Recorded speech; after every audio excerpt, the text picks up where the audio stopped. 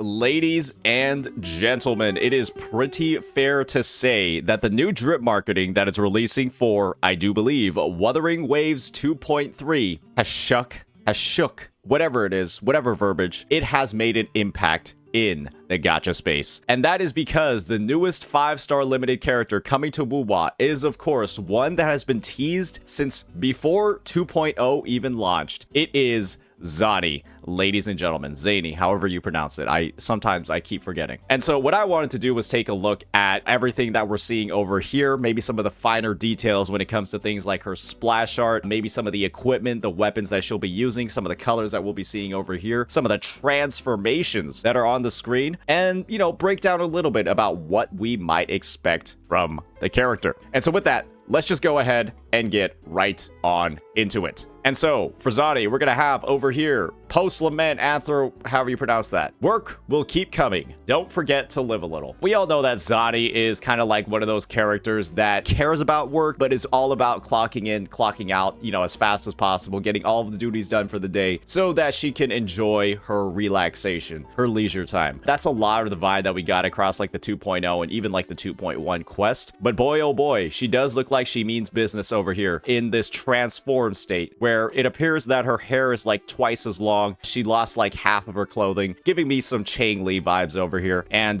now that tie that, you know, used to be around her neck is now wrapped around her fists. So let's just go ahead and keep reading. Zani, a serious and reliable Montelli employee, follows a strict routine and manages tasks with ease. Very disciplined. For years, she has clocked in on time without fail, finding as much enjoyment in her well-ordered life as in her carefully planned moments of leisure. So, a lot of very, very, very interesting vibes. It really, I'm gonna be honest here, what we're reading on the side doesn't seem to really correlate with what is on the screen. It appears that this whole shield that she's using, right? You know, that was teased way back in version 2.0. This is a cutscene. Yeah, you see how over here she has like that shining shield? It appears that that shield that she's using actually transforms into a gigantic goddamn greatsword. And I'm gonna be real with how the aesthetic is, you know, what we're seeing over here, the combat style that you can probably imagine. This is something that just isn't in the game currently. Like a gigantic greatsword user with just super wide swings, a ton of damage, all of that sort of like power fantasy over there. You might be thinking of like Tao Chi, but Tao Chi is just like, we all know, we've all used Tao Chi. She doesn't really do any damage at all. And she doesn't, you know, she's got really slow moveset. I feel like Zani's gonna be a bit different. Just from the colors that we're seeing over here, you can imagine that A, she's probably gonna be Spectro, or B, she's probably gonna be like a yellow version of Fusion. Nothing's really off the table at this point, considering the fact that, well, Brant is in the game and his fire is purple.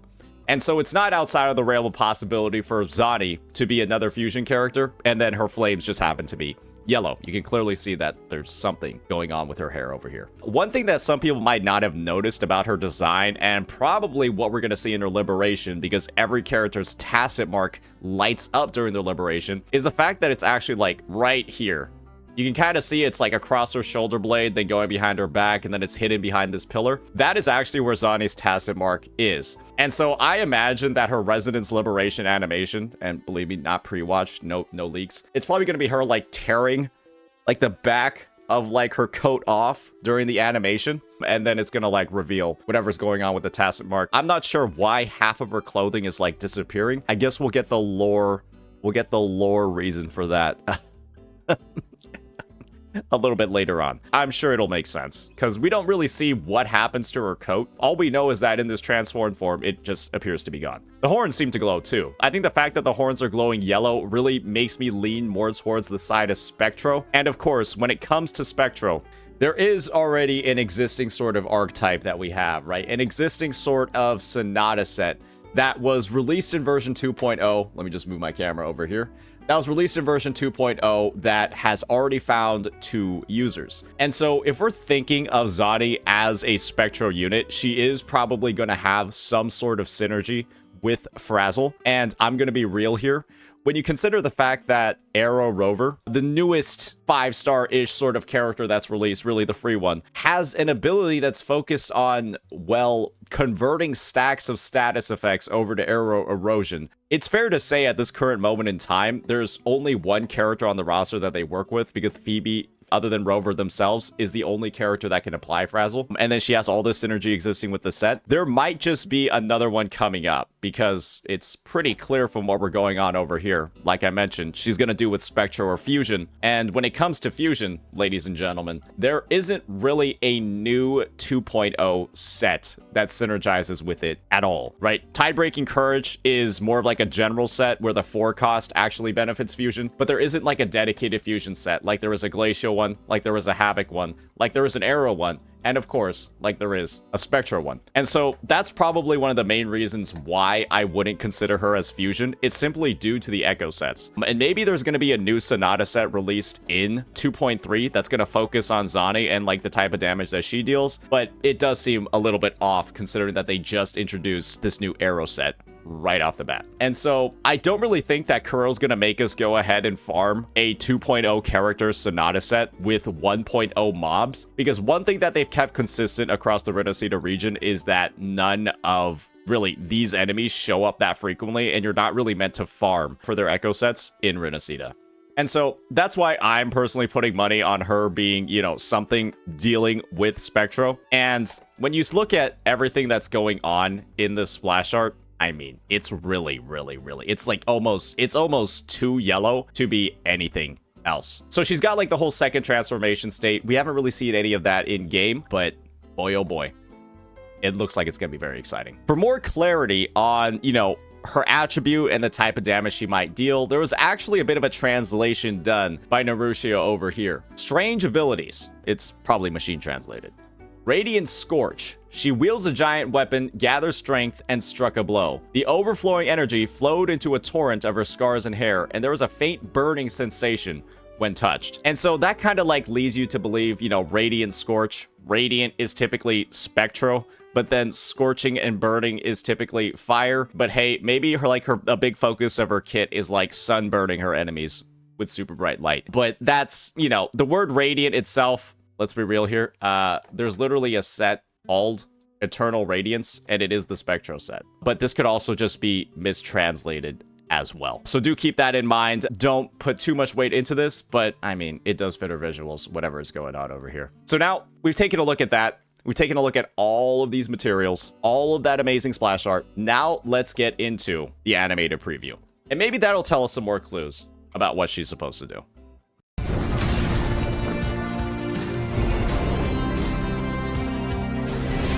Nice music.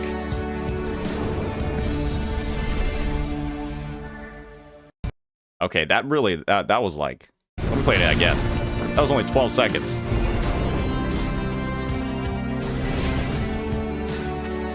Yeah, that didn't really have any of like the special flair or like the special animations that we've been seeing in some of the prior trailers that would give us way more clues. Let me actually pull up another unit, because there was another unit that had like way more like overt clues for what was going on. Here we go.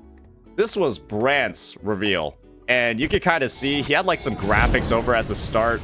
You saw a gigantic flaming anchor. It was pretty clear with a lot of the clues that this dude was Fusion. Yeah, and then you get like the close-up of his flaming sword, all of that.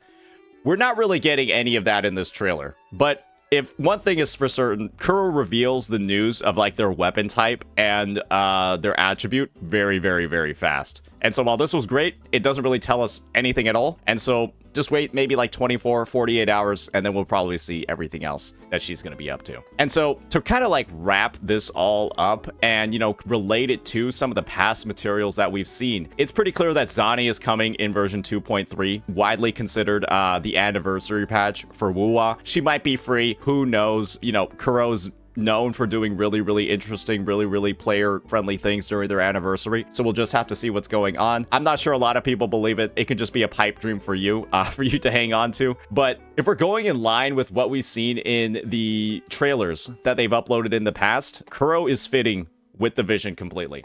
So I'm just going to play a little bit of the After the Overture story trailer that we got for the version 2.1 live stream. And we're seeing the order that the 5-star limited characters are actually releasing in. We start out with Phoebe, right? Then we go over to Brant. And then you're going to be familiar with some of the recent releases that we'll be seeing after this. We got Cantarella right after Brant. It's kind of in line with the release order, or it literally is. Now we got Zani, and this is where we are in version 2.3. And that's our next clue. We got Kachona. And so, you would be led to believe that since we now are on Zani, the second half of 2.3 is probably going to be Kachona, because they've been basically spot on the mark with this release order that they've already shown in this trailer. It's going to be Kachona in the second half of 2.3, or it's going to be a solo unit patch with Zani as the only 5-star unit. But if she's not, if there's a second one, I'm putting money on her. And if she's not in 2.3, she's going to be in 2.4 alongside Cartithia. We all know spoiler warning, but she's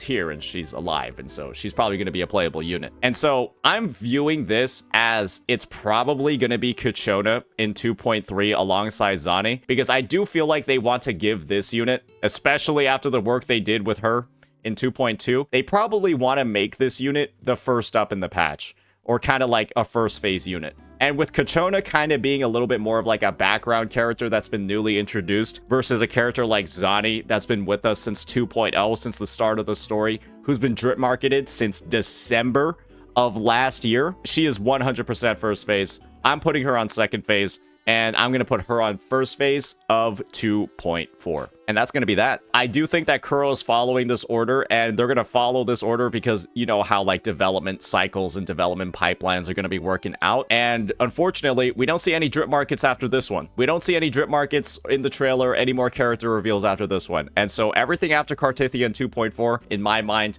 is a complete mystery.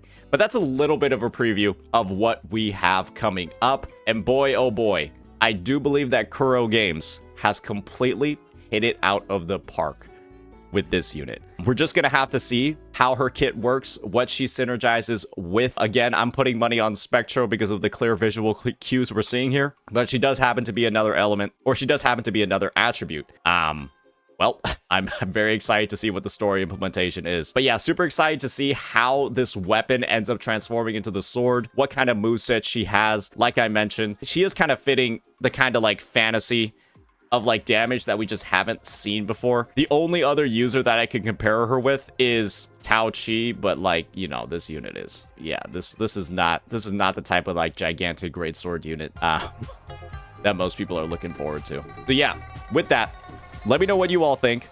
Peace.